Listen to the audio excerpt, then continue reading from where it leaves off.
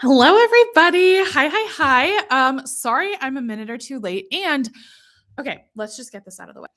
I'm also very sorry for missing our live streams over the weekend. I knew when I scheduled like these daily lives and I was like, yeah, I'm going to do them on the weekend and it's going to be great. I knew that that was probably not going to happen. I probably shouldn't have scheduled live streams for the weekend. If you guys don't know, I am a mom. I have three young kids. They're all under 7 years old. And we had stuff to do this weekend too. But in my head, I was like, it's at 9 a.m. It'll be fine. I'll just do it in the morning. What, when they're eating breakfast and climbing all over you? And I don't like to put my children's faces on the internet, so I'm not going to share that. So anyway, I should have known that I wasn't going to get a chance to live stream on the weekend. So I apologize for missing those. We do still have two live streams left, this one and then the one tomorrow.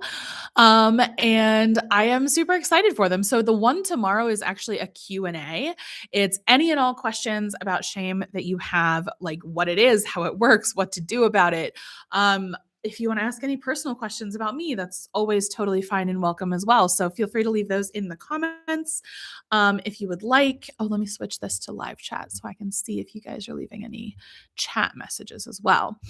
But today we are talking about shaming your shame because this is a deeply unfortunate trend in the world of like healing and psychology and therapy and all this stuff that drives me bananas.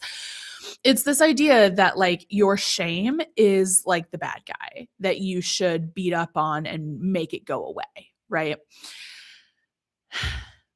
And I just don't think this is how this works. I think that is shame trying to tell you like to be ashamed of your like if shame can't convince you to be ashamed of who you are, then shame will convince you to be ashamed of your shame. Does that make sense? So like let me put this in a more practical sense instead of just saying the word shame over and over. Let's say you have a really vicious inner critic, right? Let's say you have this inner critic that is just like really, really, really mean to you all the time. And it's easy to see that as like the bad guy or see that as a negative thing. I understand. But I literally know that some therapists will tell people, oh, just imagine, like, give your inner critic a name, like Brittany or Lucas or whatever. And then tell Brittany or Lucas or whatever, tell them to shut up, tell them to go away, tell them, like, I'm not listening to you right now. Like, that is actual therapeutic advice that I've heard people receive from their actual therapists. And look, on the surface, that might seem like good advice because if someone's being mean to you, you do kind of like there's this natural impulse to like tell them to shut up, tell them to go away, right? But here's the thing, this is not actually an external person being mean to you. This is part of you being mean to you. And in my experience and in my opinion, when we try to shut down our shame, it just comes back louder.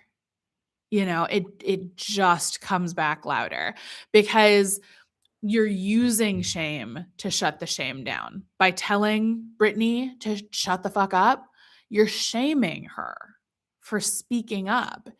And I don't think that helps. I think that is a hat on a hat. I think it's shame on shame on shame. It's turtles all the way down, whatever you want to go with.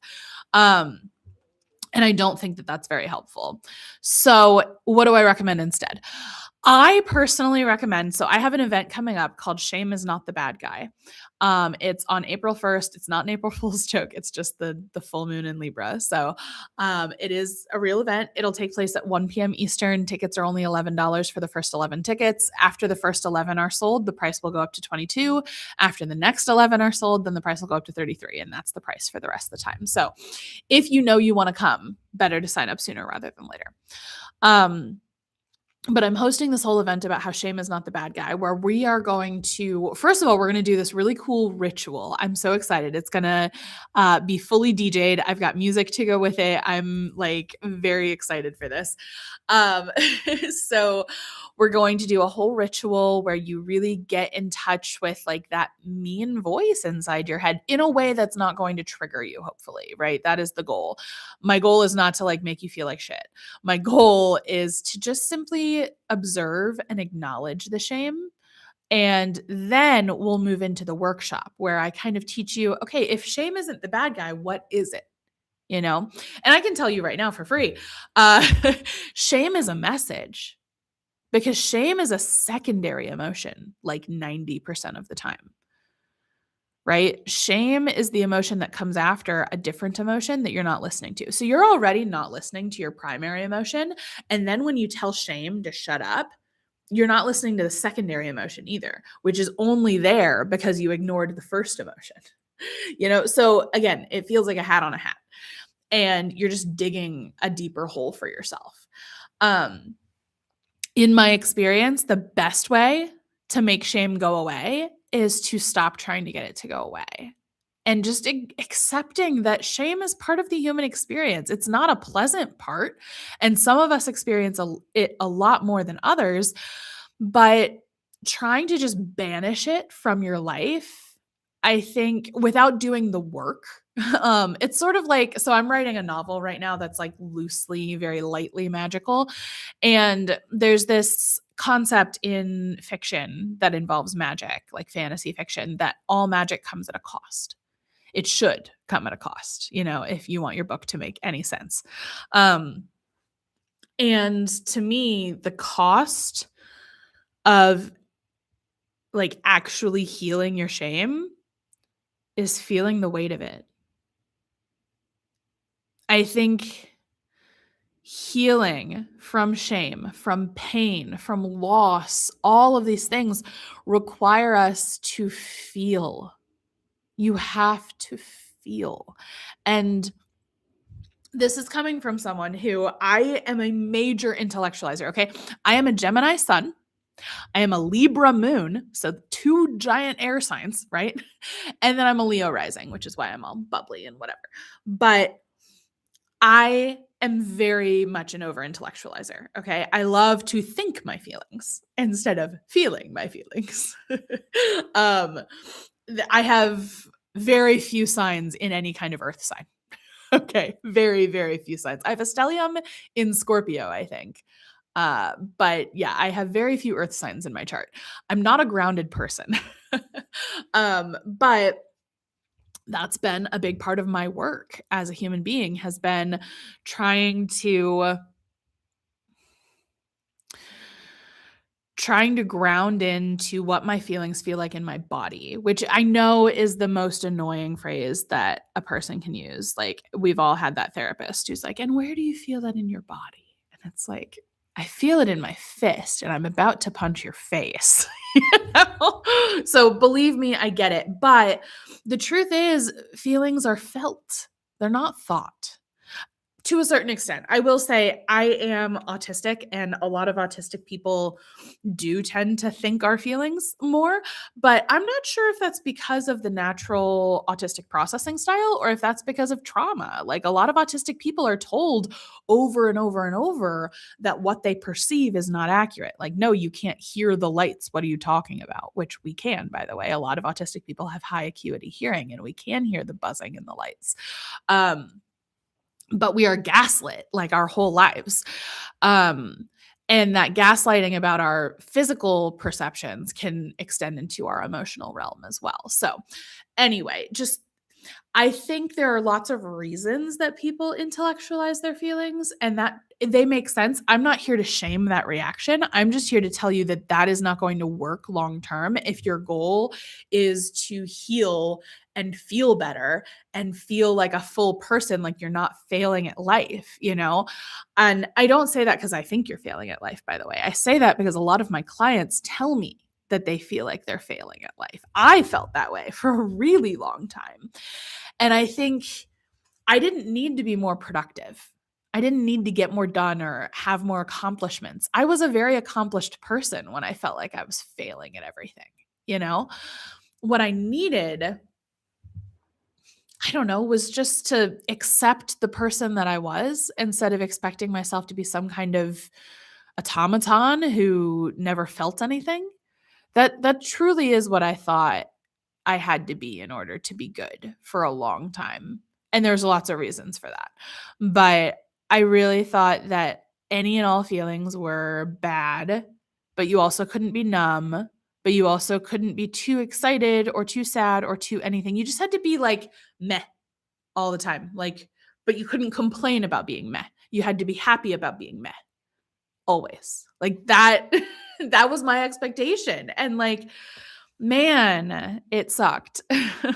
um so learning to feel my feelings has been a journey for me for sure, and that's a big part of what I'm teaching in the Shame is Not the Bad Guy event is how to maybe not feel your feelings. I'm not a somatic coach or anything like that, but how to accept your feelings. That's a big one. Like how to acknowledge how you feel, your shame included, and then how to just accept it. Radical acceptance is just huge because you can fight who you are if you want, but I don't think that helps at the end of the day if you want to be one solid, whole human being. And I say that as somebody with a dissociative disorder, which used to be known as multiple personality disorder. It's not what it's called anymore, but I have something called OSDD, and basically there are like several versions of me in my head all the time. And I do think a big part of that is because my shame ruled my life in my very formative years, like from infancy onward. Um, and as a result, I could not coalesce into a solid human being because I was constantly fighting who I was. And it had pretty lasting effects, you know? And I'm not saying if you've experienced shame, you have a dissociative disorder. That's not what I'm saying. But I am saying that there are very real consequences to not wanting to be who you are. You can't be anybody else. You can only be you, and you is fantastic. You is amazing. Even the icky, weird, embarrassing parts are great because they're you. I am not a fan of my desire to perform. I think it's embarrassing. I think it's really embarrassing how badly I want attention. But that's part of me. And I'm not, well, I almost said I'm not ashamed of it anymore. That's probably not totally true, but I'm far less ashamed of it. I am learning to embrace it. And so I think that is where we start. It's just acknowledging the cringy parts of ourselves and then learning to accept them. I don't want to be a version of me who doesn't desperately want attention because that wouldn't be me anymore. I am my flaws and my skills and my strengths and my fuck ups. I am all of it. And I hate that. But also I love it because it's me. And I could never be anybody else and still be me. And that's really powerful. The more you can embrace this idea that who I am is not a mistake, who I am is not something to be fixed, and healing is not about fixing me. Healing is about being me. Does that make sense? I hope it does. I'm going to go ahead and cut our live stream off here. If you want more of this, if this was powerful or helpful for you, come to Shame is Not the Bad Guy. It is going to be a really powerful event. The ritual is going to blow your mind. The workshop is going to teach you so many practical skills. And I will be announcing a group program that you can join as well, probably mid-April to beginning of May. So I'll be announcing that as well. And I am so, so, so excited. So I hope to see you there. If you liked this live stream, leave it a little like, make sure you're subscribed, all of that good stuff. It really helps small channels like mine. And I will see you all tomorrow for our shame Q&A. Woo. Okay. Bye, everybody.